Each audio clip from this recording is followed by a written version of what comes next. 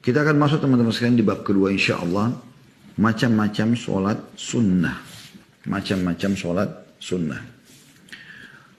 Poin A-nya, sholat sunnah yang keberadaannya terus menerus. Ini dibagi lagi jadi beberapa bagian. Yang pertama adalah sholat sunnah rawatib. Atau sholat sunnah yang menyertai sholat fardu. Sholat sunnah rawatib ditekankan sekali 12 rakaat. Rasulullah SAW bersabda, "Man thabara ala tnatai asyrata raka'ata minas sunnati banallahu lahu baitan fil jannah. Arba'i raka'atin qabla adh-dhuhri wa raka'ataini ba'daha wa raka'ataini ba'da al-maghrib wa raka'ataini ba'da al-isya wa raka'ataini qabla al-fajr." Barang siapa yang tekun melakukan 12 rakaat salat sunnah sehari semalam, maka Allah akan membangunkan sebuah rumah baginya di surga, yaitu 4 rakaat sebelum duhur, 2 rakaat sesudah duhur, 2 rakaat setelah maghrib, 2 rakaat setelah isya, dan 2 rakaat sebelum subuh. Diriwayatkan Tirmidzi dalam Kitabus Shalah di nomor 414. Dan dari hadis Abdullah bin Umar radhiyallahu anhuma, ia berkata, aku hafal dari Rasulullah SAW 10 rakaat, yakni 2 rakaat sebelum duhur, 2 rakaat sudah duhur, 2 rakaat setelah maghrib di rumahnya, 2 rakaat setelah isya di rumahnya, dan 2 rakaat setelah sholat subuh. Maaf, sebelum sholat subuh. Sebelum sholat subuh. Jadi ini anjuran untuk menjaga 12 rakaat dalam riwayat yang pertama dan 10 rakaat di rakaat yang kedua. Bedanya cuman di riwayat pertama yang 12 rakaat yang dapat istana di surga itu 4 rakaat sebelum duhur. Kalau riwayat yang kedua yang 10 rakaat cuma 2 rakaat sebelum duhur. Ya, ini sangat dianjurkan Anda bisa dapat istana di surga. Kata beliau, maka sholat sunnah rawatib berjumlah 12 rakaat sebagaimana dari hadits Ummu Habibah dan Aisyah radhiyallahu anhuma. Bisa jadi dikatakan 10 rakaat sebagaimana dalam hadits Ibnu Umar. Dan Syekh Qatani mendengar guru kami, kata dia, Imam Ibnu Baz rahimahullah berkata, jika seorang muslim merasa semangat maka lakukanlah 12 rakaat, dan jika terdapat kesibukan-kesibukan maka lakukanlah 10 rakaat. Seluruhnya dapat dikatakan rawatib, adapun yang sempurna dan lengkap adalah 12 rakaat. Ini anjurannya. Ada juga rawatib ghairu muakkadah. Sholat sunnah, qabliyah atau ba'diyah, sholat wajib yang lebih sedikit, ya, lebih di bawah daripada keutamaan tadi sholat yang rawatib. Yaitu 4 rakaat sebelum duhur dan 4 rakaat sesudahnya.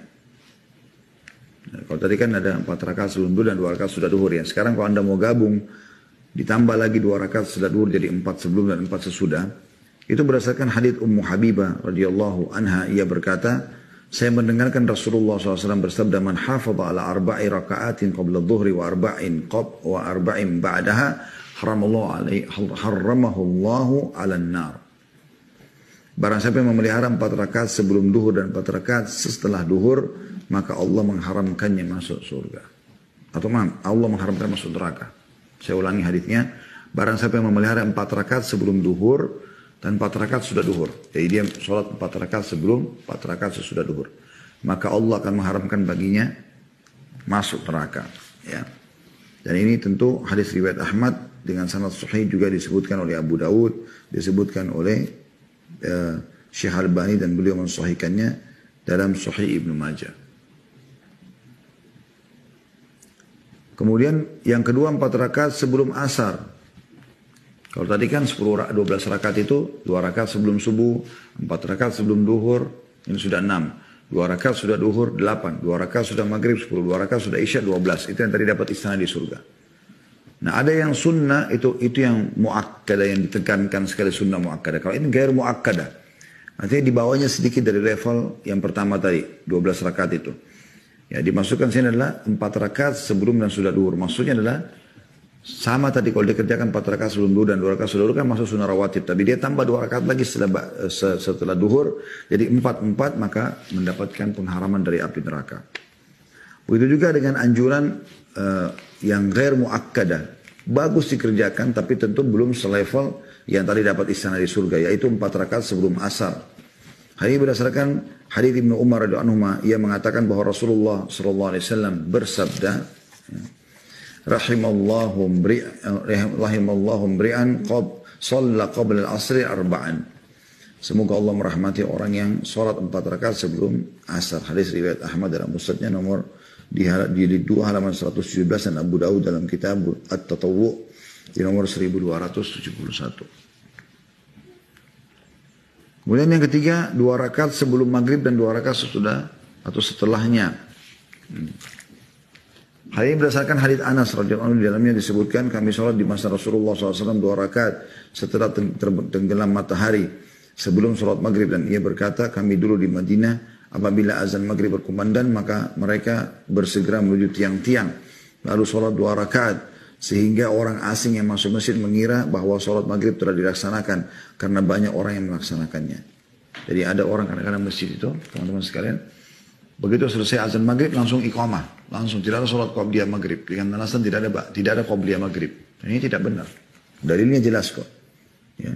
Ini di footnote nomor 8 bagian bukunya riwayat Bukhari nomor 625 dan Muslim 837. Jadi dianjurkan memang sholat ya, sebelum maghrib.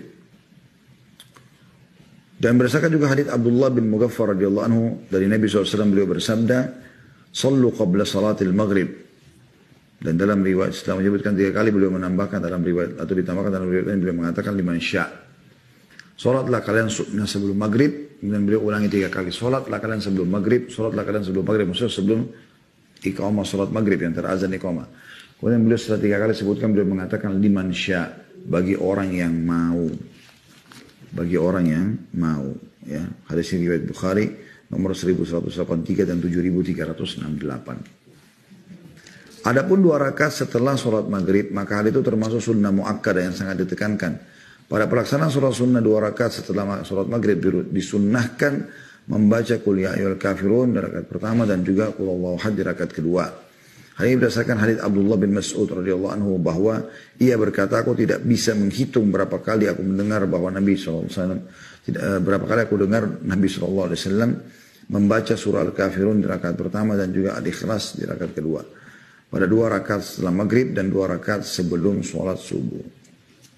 Hadis ini diriwayatkan Tirmidzi dalam kitab Shalah di nomor 431.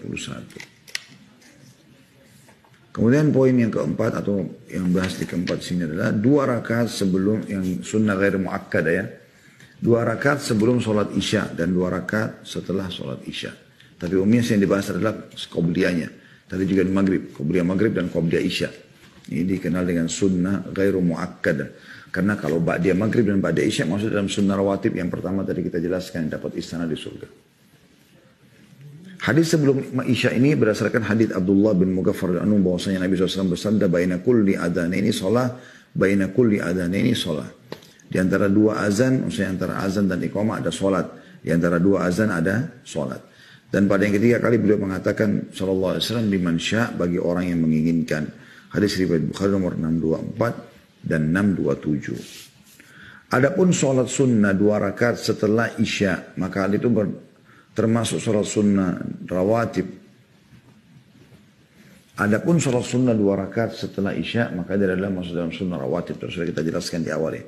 Masuk dalam 12 rakaat yang dapat istana di surga.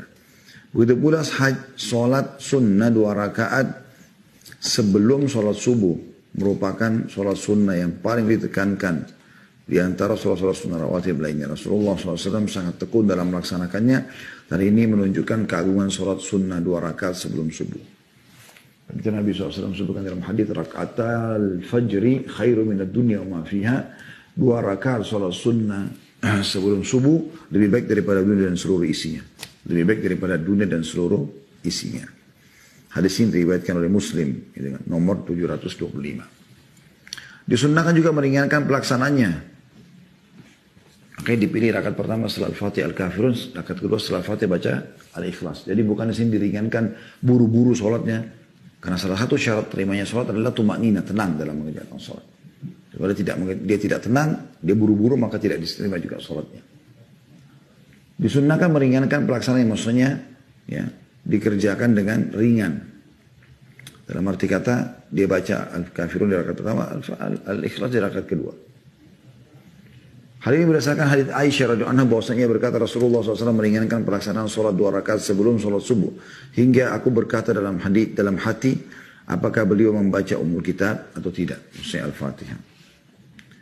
Dari Abu Hurairah juga bahwasanya diriwayatkan Rasulullah SAW membaca Qul ya ayyuhal kafirun pada rakaat pertama dan Qul huwallahu ahad di rakaat kedua, atau membaca surah Qulu amanna billahi wa ma unzila ilaina yang terdapat pada surah Al-Baqarah. Ya. Jadi ini sangat ditekankan. Setelah melakukan di rakaat pertama beliau membaca